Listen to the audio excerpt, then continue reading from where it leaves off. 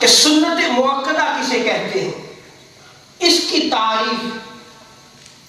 ہمیں آنی چاہیے. یہ دین کا علم ہے. جب آپ پر اعتراض کیا جاتا ہے کہ یہ آپ یہ سنتیں کیوں ادا کرتے ہیں، آپ کے پاس کیا دلیل ہے، تو جب آپ کے پاس تعریف ہی نہیں ہے، آپ کو ڈیفینیشن ہی نہیں آتی، آپ کہیں گے کہ سنت ہے، سنت مؤکدہ ہے، جب ڈیفینیشن ہی نہیں آتی تو آپ جو اعتراض کرنے والا ہے اس کے اعتراض کو کیسے دور کریں گے؟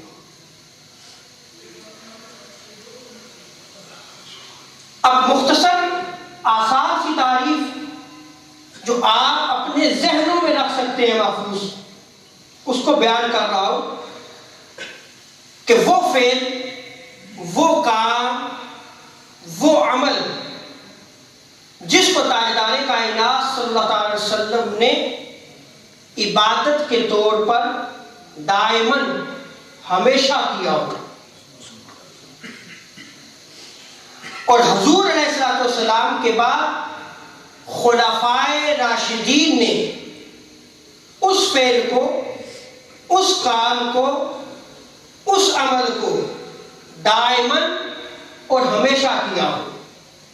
وہ سنت مؤکدہ ہے. اب اگر آپ احادیث کی کتب کو پڑھیں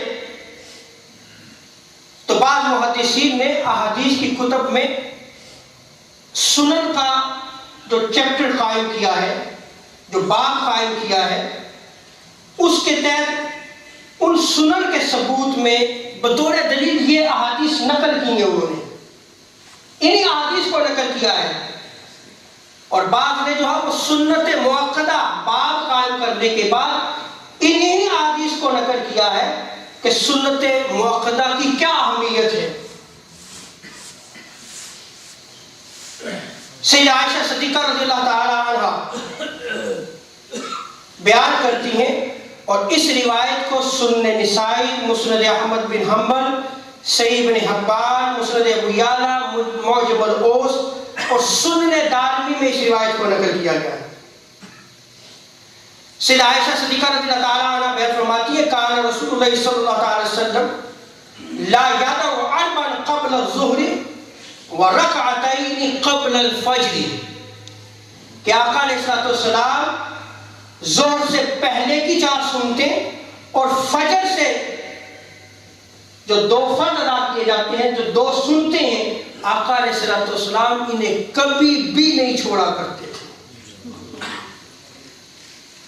انہیں ترک نہیں فرمایا کرتے تھے. حضرت عبداللہ بن عمر رضی اللہ تعالی عنہ آپ نقل کرتے ہیں،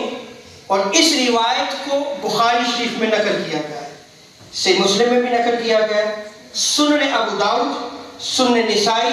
موطا امام مالک، مسند احمد بن حنبل اور سنن دارمی میں اس روایت کو نقل کیا گیا ہے.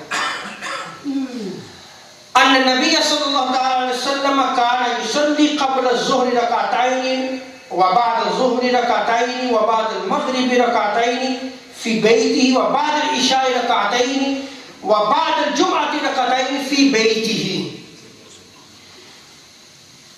حضرت عبداللہ ابن عمر فرماتے ہیں کہ تاجدار کائنات صلی اللہ علیہ وسلم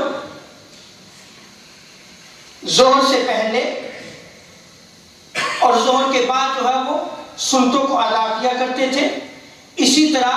مغرب کے بعد بھی 2 رکعتوں کو ادا کیا کرتے تھے، لیکن اپنے گھر میں ادا فرمایا کرتے تھے. عشاء کے بعد بھی جو ہے وہ سنتیں جو ہے وہ ادا فرمایا کرتے تھے، اور اسی طرح جمعہ کے بعد بھی 2 رکعات کو اپنے گھر میں ادا فرمایا کرتے تھے.